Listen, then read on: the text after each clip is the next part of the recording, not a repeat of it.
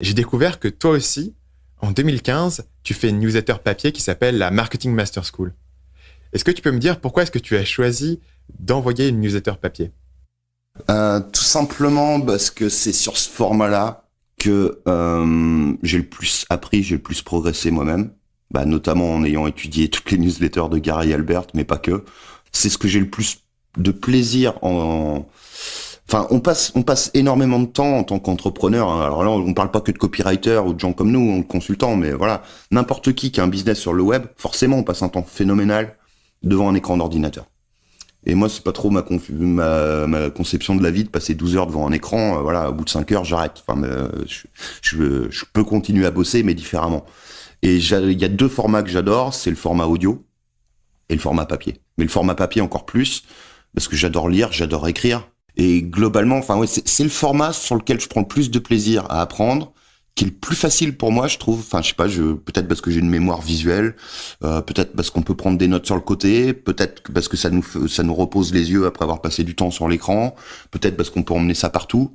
Comme avec des fichiers audio, on peut écouter ça et se former j'allais dire sous la douche, c'est peut-être un peu tendu, quoi, mais en tout cas en faisant la vaisselle, en mettant le son très fort, tu peux, je pense. ouais, mais en faisant la vaisselle ou le ménage ou en se baladant en voiture ou en allant faire son jogging. Mais ouais, tu peux faire ça n'importe quand, quoi. Enfin, et finalement, enfin, c'est vraiment la difficulté. C'est vrai que ça a moins de valeur perçue que la formation en vidéo.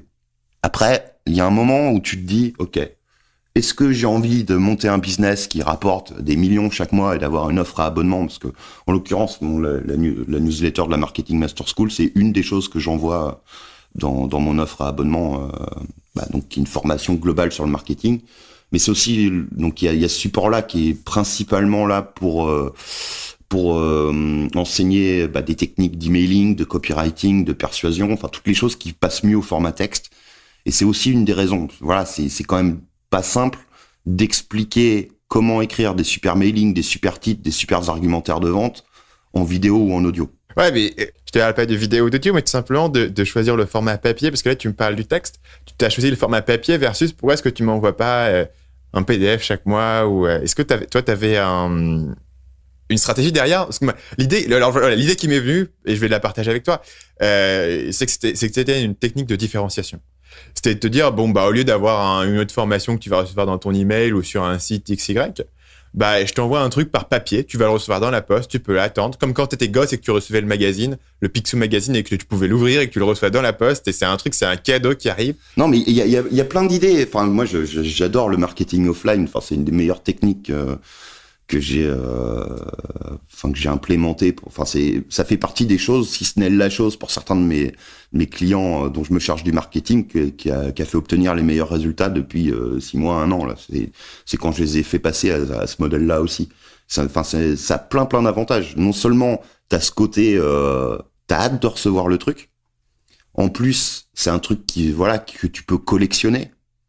Il y a des gens qui m'ont demandé, quelques membres de la Marketing Master School, qui m'ont dit, est-ce que tu comptes faire un classeur, envoyer un classeur pour qu'on puisse les garder. Bon, c'est des trucs, j'ai pas encore trop réfléchi, mais pour te dire l'effet que ça peut avoir, les gens, c'est un objet physique, ça a de la valeur. Aujourd'hui, tout est dématérialisé, donc effectivement, t'as un côté différenciation quand toi tu proposes ça, mais t'as un côté différenciation qui se fait surtout chez ton client. C'est-à-dire que on peut acheter 20 formations, 20 bouquins, 20 trucs vidéo, 20 trucs audio. Le truc qui va arriver sur DVD, sur CD ou sur papier, il va forcément avoir une place à part. Ça sera pas juste un autre fichier de planqué derrière ton ordinateur. Une autre raison aussi, c'est que quand on veut vraiment se former, ça revient à ce que je te disais tout à l'heure. J'enverrai ça sur un PDF. Déjà, ça aurait moins de valeur qu'une belle newsletter sur papier un peu glacé avec un papier un peu sympa. Mais surtout, t'as pas le même plaisir à consommer. Moi, des PDF, j'en télécharge plein, mais les trois quarts du temps, enfin même plus, je lis les 5 premiers paragraphes. Après, ça me file mal au crâne de lire un truc sur l'ordi, quoi. D'où l'idée d'envoyer ça chez les gens. Et si l'avantage aussi, c'est très bon dans le cas d'un abonnement, en termes de taux de rétention, c'est-à-dire combien de temps les gens vont rester abonnés. Là, c'est le cas d'une offre mensuelle, mais même en one shot, les gens vont pas jeter ton truc, quoi. Si le contenu est qualitatif, il y a de grandes chances que ça soit sur la table de chevet ou sur le bureau, avec les 2-3 meilleurs bouquins sous le Boron Letters de Gary Albert et juste au-dessus du Picsou Magazine, toi. Tu m'as dit que tu avais eu des bons succès en termes de marketing offline dernièrement. À part la newsletter, tu as des exemples que tu peux partager avec moi? Ça dépend à quel niveau. Parce qu'après, c'est des trucs que je fais pour des gros clients, donc moi j'ai toujours des clauses de confidentialité. Alors prenons la question d'une autre façon. Donc sur mon site, donc on a le podcast, etc. C'est entièrement online. Tu vois, on a une newsletter, j'écris des articles, etc. Derrière, ce que j'essaye de vendre, c'est des services de remarketing principalement qui vont coûter grosso modo entre 300 et 1000 euros par mois par client selon le volume qu'ils font. Donc derrière, il y a quand même du volume, il y a quand même de la marge qui permet de dépenser un peu en termes d'acquisition.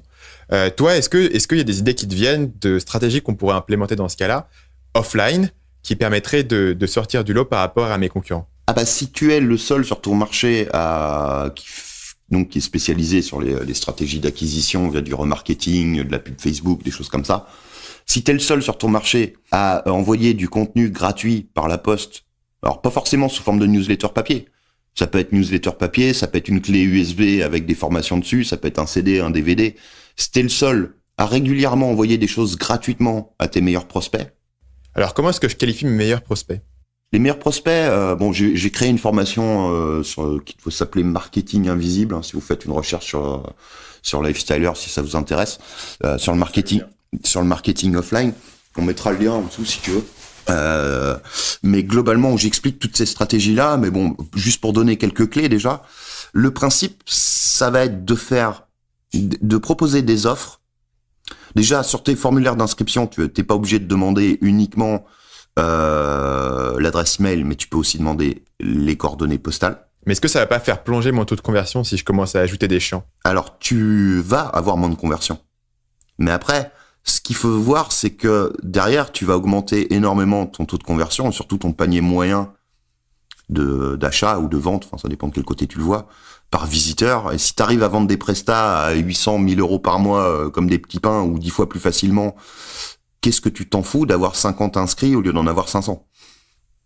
Après, c'est toi qui vois, mais tout le monde me prend un petit peu pour un alien sur ma façon de présenter mon contenu, de présenter mes vidéos, de pas chercher à avoir énormément d'inscrits à ma mailing list, mais plutôt viser la qualité et pas hésiter à virer beaucoup de monde.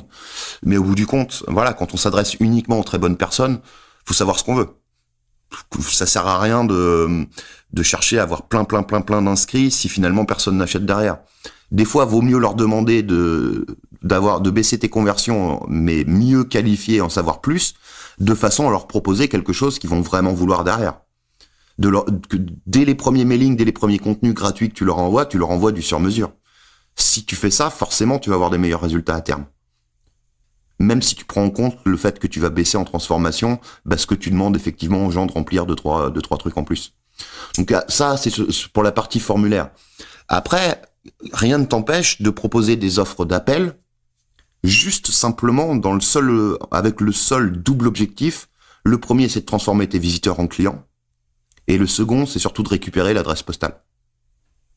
Salut, c'est Stan, j'espère que vous avez apprécié cet extrait du podcast Marketing Mania. Bien sûr, vous pouvez retrouver l'ensemble des épisodes du podcast, y compris les instructions sur comment vous abonner sur l'application Apple Podcast ou sur votre téléphone Android en vous rendant sur mon site à l'adresse marketingmania.fr/podcast. Je vous ai mis le lien dans la description de cette vidéo.